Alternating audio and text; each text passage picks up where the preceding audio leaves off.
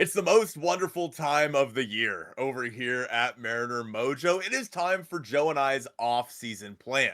We have both concocted our own off-season plans within the budget that we expect the Mariners to have. So we basically kept it under $170 million for both of our off-season plans. And we're going to want you guys to tell us who has the better off-season plan, which lineup is better, and who you think came the closest. But Joe, this is always a fun one. This is Yeah. always fun. This is also this year specifically. We both have agreed that our plans are pretty straightforward compared to past years. Like last year, I traded Mitch Haniger. Yeah, you did. And got Chris Bryant back, and then traded him. Yeah, it was a whole thing. There's nothing really like that going on this year for I don't think either of us. But how do you feel about your plan? Bombs away! It's missing something specific, and it just feels wrong to not have one included. I don't have a 3-team trade in my offseason plan. God. I think for the first time since we started doing this. Feel good about my team.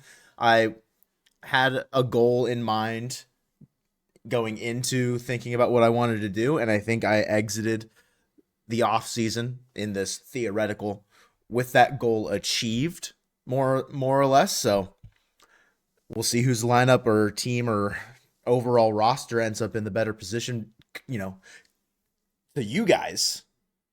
But should we just get the first pretty straightforward the obvious one? Like, we're both signing Josh Naylor. We're both re-signing Josh Naylor. Yeah, Absolutely. I'm interested to hear what your contract was for him. I did 4 years, $72 million, so $18 million a year. That's exactly what I did. Hell yeah. That is exactly what I did. $18 million a year. A little bit over Josh half the budget. Wrong. I put myself at $32 million is where I put the budget. So I think I'm on the lower end. Like, I'm at like 165, and I think you might be at 170, which is, I think, good to show that there can be a little bit of disparity or discrepancy in terms of their spending. But bringing back Josh Naylor, I mean, Cal Raleigh even said it at the awards show. I think a clip that was posted today from Swilly, who is part of John Boy Media, talking about, like, who's the favorite person in the clubhouse, and he's like, Josh Naylor. So it's like, we're still pining over Josh Naylor. It's not just the fans, it's not just the organization, it's the players. Bringing back Josh Naylor is priority number one, and he is, like, how you've framed it in off seasons past, as far as, like, when you look at off seasons moves and players brought in, he can be a primary move. He can be your player A, and then you need to then get players B, C, like however it looks, right? Like there's primary, secondary, tertiary moves that you make during an offseason. Josh Naylor is a primary move for the Mariners going into 2026. Yeah, if he's the best bat that you add during this offseason, that's probably fine. Because that's just how good he was with the Mariners, how good he's been throughout his career, and how very clearly important he is to this organization. And even Adam Jude said, I don't really see a scenario where the Mariners do not bring back Josh Naylor, how they don't move forward, or how they move forward without him. And I think it's just like a matter of time. Left to mark. But, Joe, I also have the Mariners re-signing Jorge Polanco. Interesting. Okay. What's your contract for Polanco? I have him signing a 2-year, $24 million deal. Now, $12 million a year. You might be able to add like an option on the end of that or what have you. Whatever. Yeah. Who cares? But I think $12 million a year for Polo to be your primary DH and then play second base for you once in a while is fine. And based on the year that he put together, he can probably make more than that. And if he can get more than that, good for him. I had the Mariners going into the offseason at $132 million. So right now I'm at $162 million with these two moves. Do you have any more free agent signings, or I have 2 free agent signings left. Perfect. All right. I have one after the second one I just Perfect. Should I go with I'll go with my Jorge Polanco light, I guess. Okay. Oh God.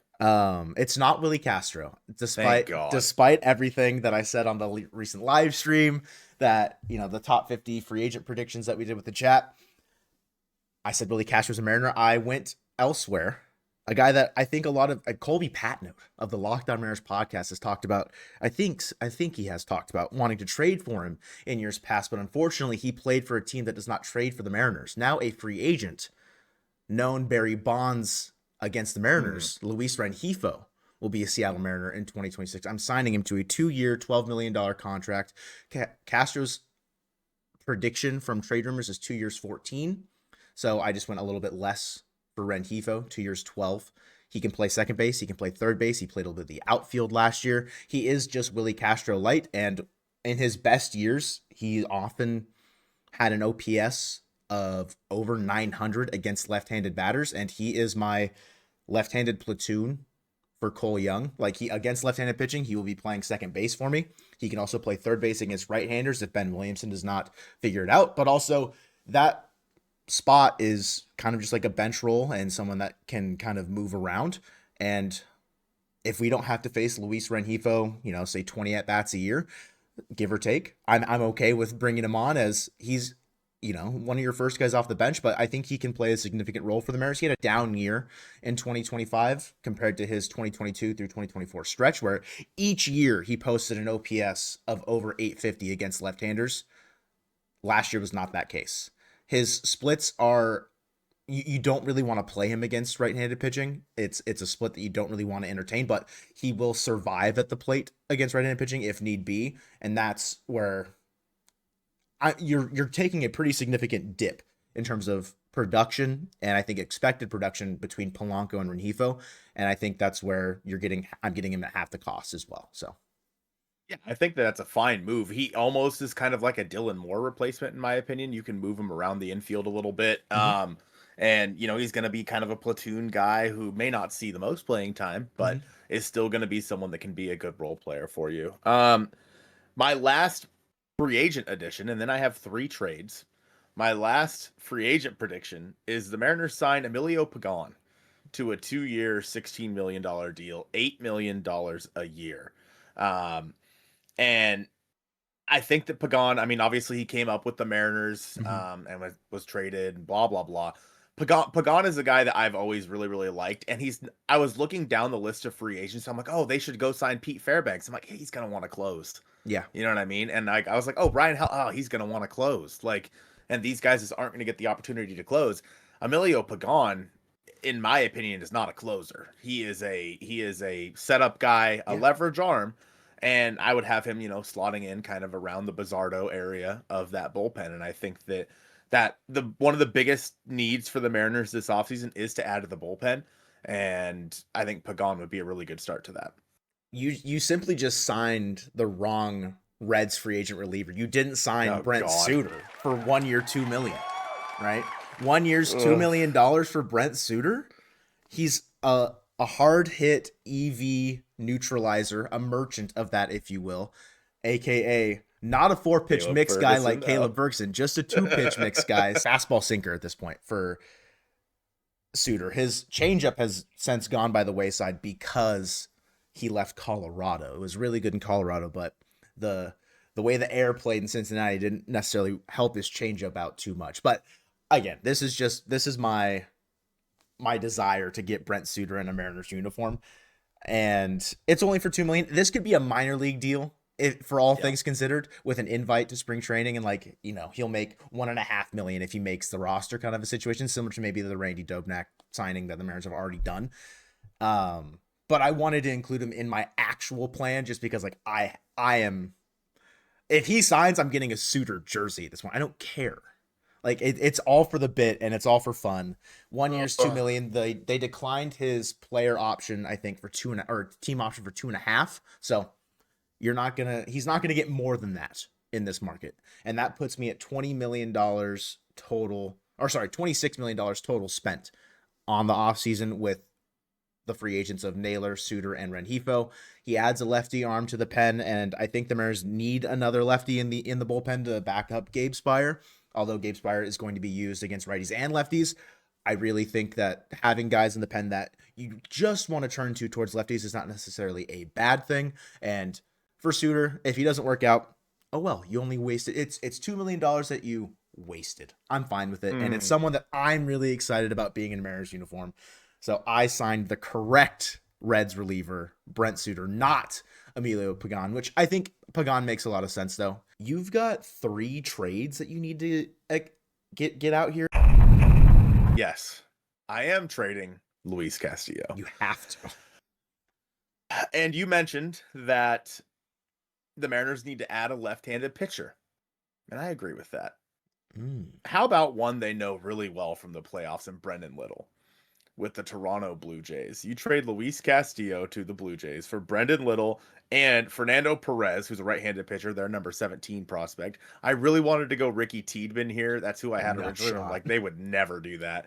So Fernando Perez, he's like kind of a lottery ticket, 21 years old. He doesn't throw. He doesn't have like electric stuff. He is profiled as like a back end of the rotation guy. He kind of reminds me of Marco Gonzalez, basically, who he is. He's probably nothing. Okay. But just something to take a stab at. Really, the win here is you're getting Brendan Little, and you are trading away the $24.1 million that you're owing to Luis Castillo, which helps my budget go back down. So now I've only spent $14 million this offseason. Maybe you can't go as high as Brendan Little if they're taking on the whole contract. I don't know. I think the Blue Jays are willing to spend some money, and Luis Castillo, very good pitcher. And he is absolutely, if Luis Castillo was a free agent this year, he's making $27 to $30 million a year.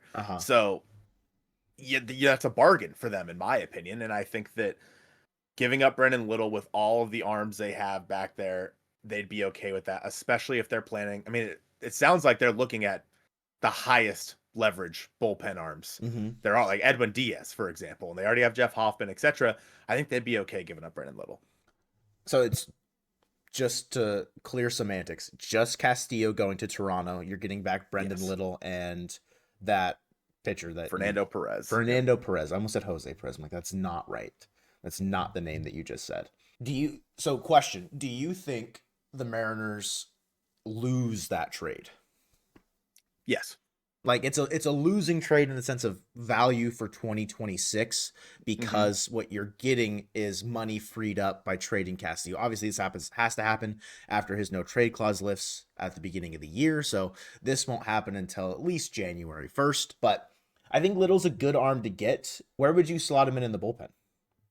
He'd just be like a middle relief, maybe like. Where did I slot him in the bullpen? Hold on. Because like you have him until 2031. Like I think he could slot in ahead of Bizardo potentially. I have him right behind Bizardo in the pen, but yeah, either way, because I have Pagan ahead of Bizardo. So yeah. So right now I have Munoz, Brash, Spire, Pagan, Bizardo, Little. But yeah, I think that this is a scenario. It's just basically a pure salary dump. I mean, don't get me wrong. You're getting back a player in Brendan Little who can definitely be of use to you in 2025 or 2026, but this is purely to get money off the books so that you can make other moves. And I think that with Cade Anderson coming up, you still have Emerson Hancock if you want to use him, Logan Evans, Drangelo Sanger, Ryan Sloan. Like you have arms to backfill that rotation if you need to. Thankfully, Joe, you're not going to need to because who are you trading for? The Mariners are acquiring Sandy Alcantara from the Miami Marlins for Logan Evans, Ty Pete, and Charlie Bielenson. Okay. How much is Alcantara making? $17.3 million. Okay. So that 24 million I just cleared up, I just spent 17 of it. Alcantara, bad year last year. We know how good Sandy Alcantara can be.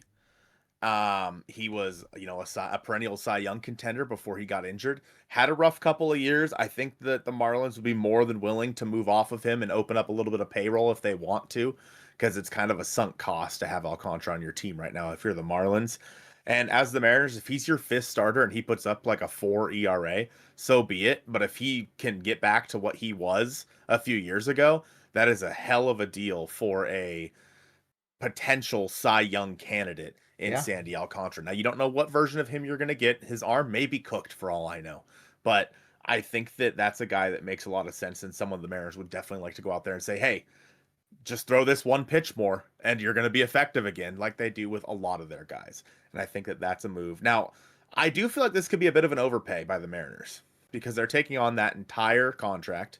Yeah. They're giving up Logan Evans. They're giving up Ty Pete, although Ty Pete was bad last year. And they're giving up Charlie Bielenson, who probably, maybe a bullpen guy in the future. Yeah. But giving up Logan Evans, I mean, he has the opportunity to still be something for the Mariners. I just would rather have Sandy Alcantara in the number 5 spot instead of Logan Evans since you traded Castillo. Yeah, I think what you were hoping for Sandy is that you don't see the 7.22 ERA from the first half ever again. And you see more of the 3.33 ERA in the second half. He definitely kind of dialed it back in. Like on a full like calendar season, bad year for Sandy. But the second half, I think there's still like a glimmer of hope as far as like where his arm could be at. It might not be as, as you said, cooked as the numbers would show. I'd probably slot him in at 4. I'd put him ahead of Miller, just given like the career success. I mean, he could be your number 3. He has the ceiling of being your 1. Is what you're doing is you're trading for him kind of on a low. You're buying him on a low, but you're also taking the money away from the Marlins in that scenario, and that's good because they're going to sign Edwin Diaz because they need to clear up some space. Yeah, trading. sure. So you're starting pitching depth outside. So like, say one of them gets hurt.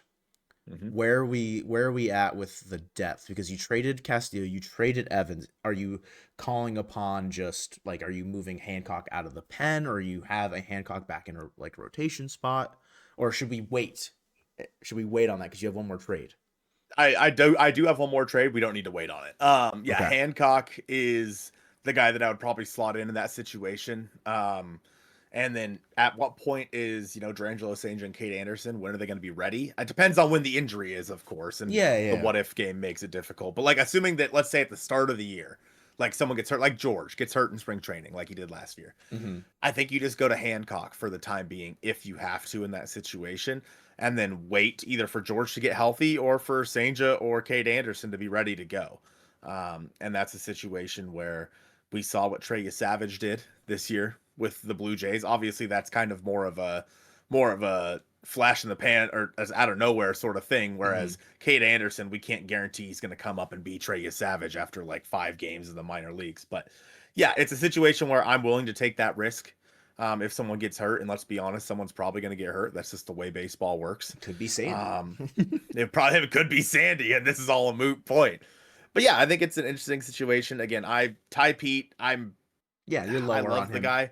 I'm lower on him now. Like he can't stop striking out. Like I don't know. I love Ty Pete. Great dude, great person, great personality.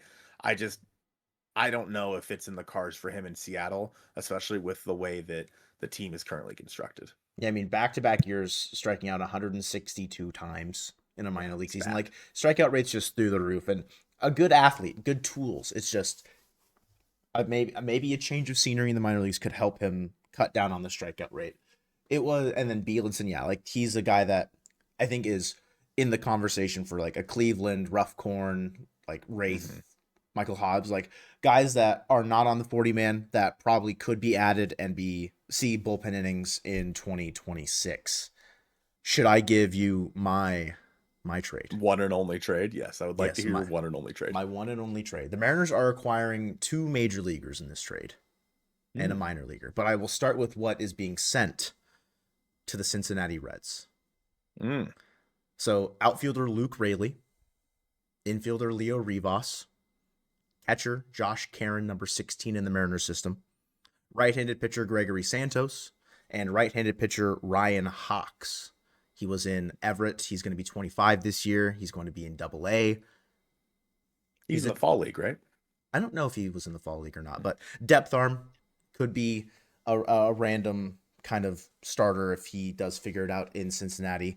And I think with the way that they're heading, they might need a little bit of like a restock as far as pitching is concerned if they're thinking about trading Hunter Green.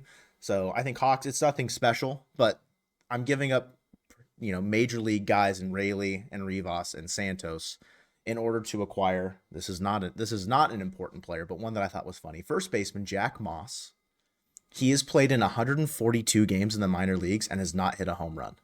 So I want his first professional home run to be in a Mariners uniform or in the Mariners organization.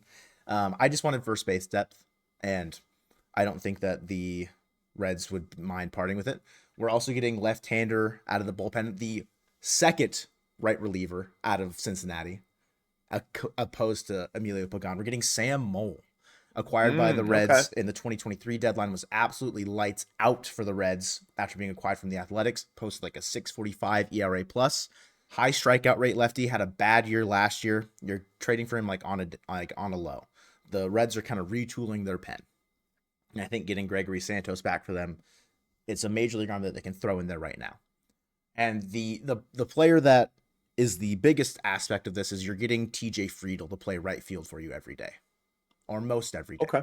He is kind of low-end Steven Kwan. I did not want to trade for Steven Kwan because I didn't see the fit necessarily for the Mariners.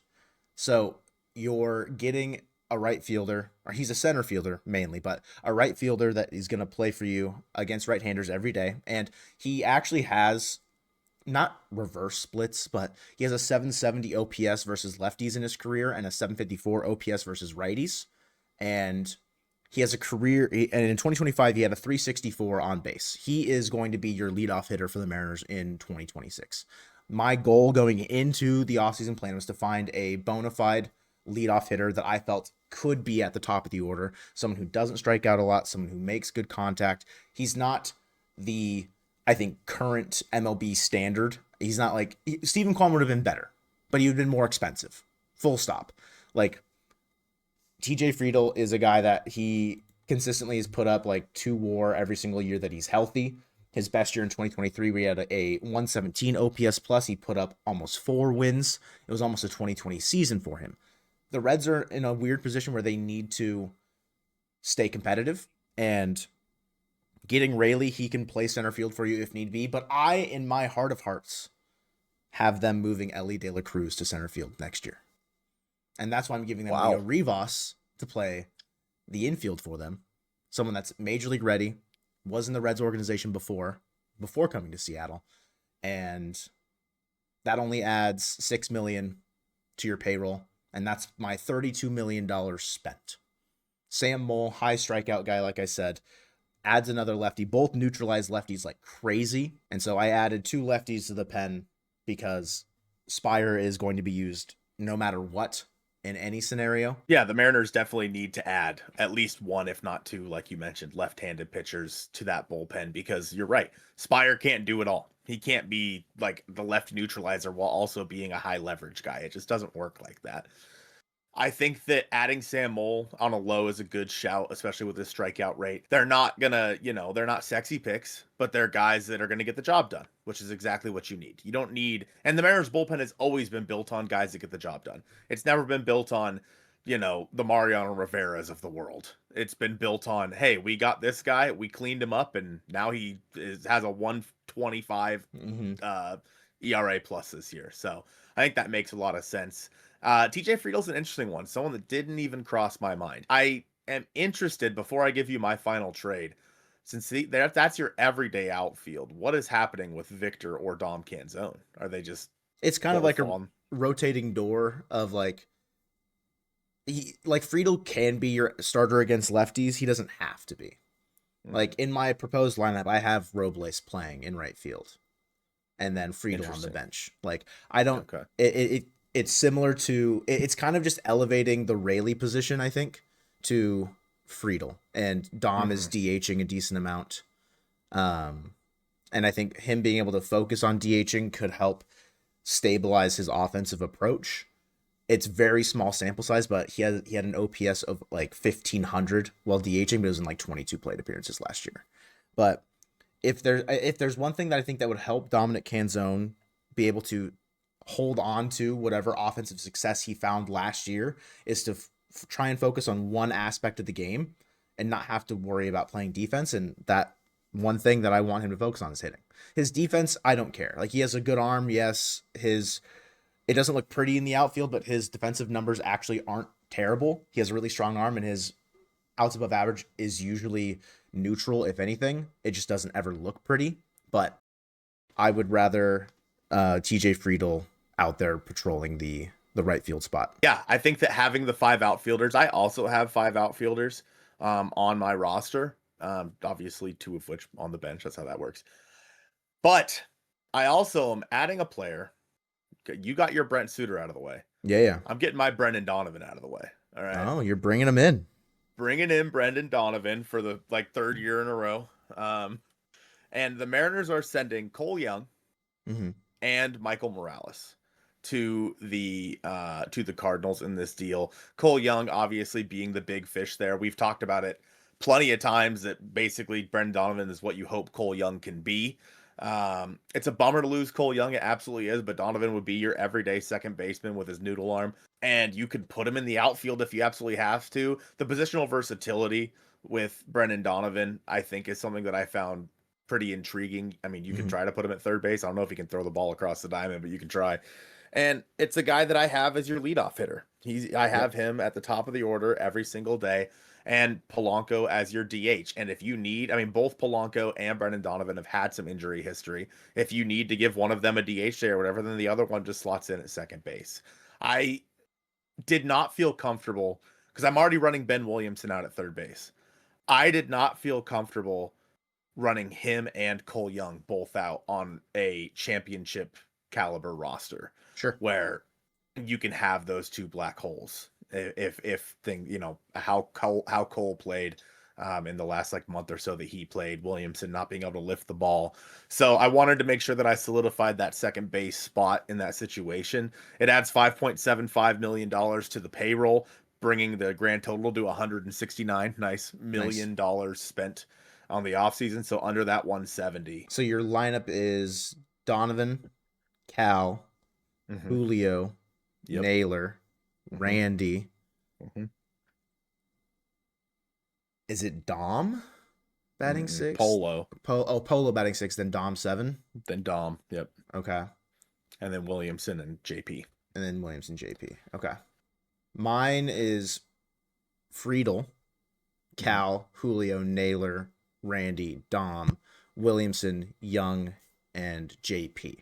And I definitely understand that the rolling out, the hesitation of not wanting to roll out Williamson and Young in the same lineup back to back where you don't know necessarily what you're going to get can be scary. What is your bench? I have Harry Ford as a backup catcher, Victor Robles. I have Ryan Bliss or Leo Rivas, either one. I don't know if Bliss is going to be healthy or not. Sure. And then I have Luke Raley as an outfield / first baseman. Yeah, like the lefty power bat. That's something that I found myself missing once I traded Raley. My bench for against right-handers is Ford, Victor Robles, and then Ryan Bliss / Miles Mastrobuoni. It was Bliss, Rivas, Mastrobuoni, then I traded Leo Rivas.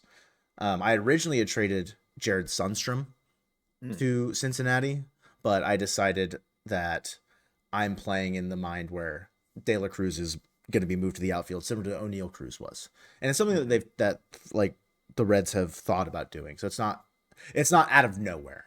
Don't worry, there is a little bit of there's a baseline to it. And then Rengifo is my final bench spot against righties, and then versus lefties, there's a slight difference. I do have Robles just leading off against left-handed pitching, playing right field. But again, I would feel comfortable rolling Friedl out there as well. So with what we saw out of Robles last year, and it's unfair what I think I'm doing to his role, but I would rather, because I feel more confident about the depth you have in the infield in the organization as far as quad A guys that could be ready or could come up and play a bit for you, like Bliss, Mastrobuoni, Samad Taylor, compared to the outfield core that you have of like a Ryland Thomas, or even like stretching that out then to the prospects of like Colt Emerson being able to play the infield for you halfway through the year, or Lazaro Montes. Like, I feel more confident in the infielder group than the outfielder group, if that makes sense, depth wise. But outfield, I mean, the lineup versus lefty doesn't change a ton. I swap Randy and Naylor. I put Randy batting 4, Naylor batting 5. I have Luis Rengifo batting 6th, playing second base, since his career OPS versus lefties is 750, kind of being a bridge in the middle, like from the middle of the lineup going to the bottom. And then Williamson batting 7th, Harry Ford batting 8th, and then JP still batting 9. Okay. Got Harry Ford in there. Interesting. Yeah, Interesting. I have Harry Ford, not like every day against lefties, but I imagine they don't want Cal catching so heavily coming out of this season. Your rotation sounds like it stays the same. Nothing's changed. Nothing's changed. For me, the only difference is Alcantara instead of Luis Castillo. So Wu, Gilbert, Kirby, Miller, Alcantara on my side. And then the same thing, but instead of Alcantara, it's Luis Castillo for Joe. And then my bullpen, I have Andres Munoz, obviously, Matt Brash, Gabe Spire, Emilio Pagan, Edward Bizardo, Brendan Little, Carlos Vargas, and Emerson Hancock as my 8 bullpen guys there. So the bullpen, I think, is looking a lot better in that situation. I don't know how to feel about Vargas or Hancock, but you got to have those middle relief kind of cleanup guys anyway. So whatever. Yeah. The rest of them, I think, are all guys you can use in leverage. Yeah. I have Munoz, Brash, Spire, Bizardo, Sam Moll, Emerson Hancock, Brent Suter, and then Carlos Vargas. I did put like the depth pieces of guys that I could see either A, making spot starts, like Evans for me, Dobnak, Evans, like obviously not on your team. So you would have Hancock or Dobnak in this situation. And then you said Sanger as well. That's one I have listed. For the bullpen, you still have depth guys like Legomina, like Tyler Cleveland, Jimmy Kingsbury, Jason Ruffcorn. I originally, full disclosure, was going to trade Jason Ruffcorn instead of Gregory Santos, but I found out we share a birthday. So I can't trade him. He has to be a Mariner for life, or else he's going to turn into A-Rod as soon as we trade him. That's just the way it works. That's true. A-Rod and I share a birthday. If we trade Jason Ruffcorn, imagine A-Rod, but the reliever. Okay? That's what you're going to get if Jason Ruffcorn is traded. Right? It's like the documentary, the Alex Rodriguez, not A-Rod thing that just came out. It's, I don't know, J-Ruff or Jason Ruffcorn. That's the mindset I have myself in. Your bullpen, I like Pagan in there. Overall, I think what you were able to accomplish moving money helped, I think, raise the ceiling of your team compared to mine in a dramatic way. Your team has a higher floor, I think. Maybe. Suter and Mole, you know what I mean? Like, you know what you're going to get out of them generally. And they have the opportunity to be, you know, specifically like Sam Mole, like you said, was lights out just a few years ago. So he has the opportunity to maybe return to that with the Mariners. Let us know whose team is better. They're going to be on the screen right now, editing me. Shout out me. Go me. I'm the GOAT. But maybe I'm not the GOAT of making the off-season team, because my odds-on favorite would be Colton winning this one. But thank you guys for watching. Hopefully some of this stuff happens, because I think both off-seasons would be good. Yeah, agreed. Go Mariners. Bye.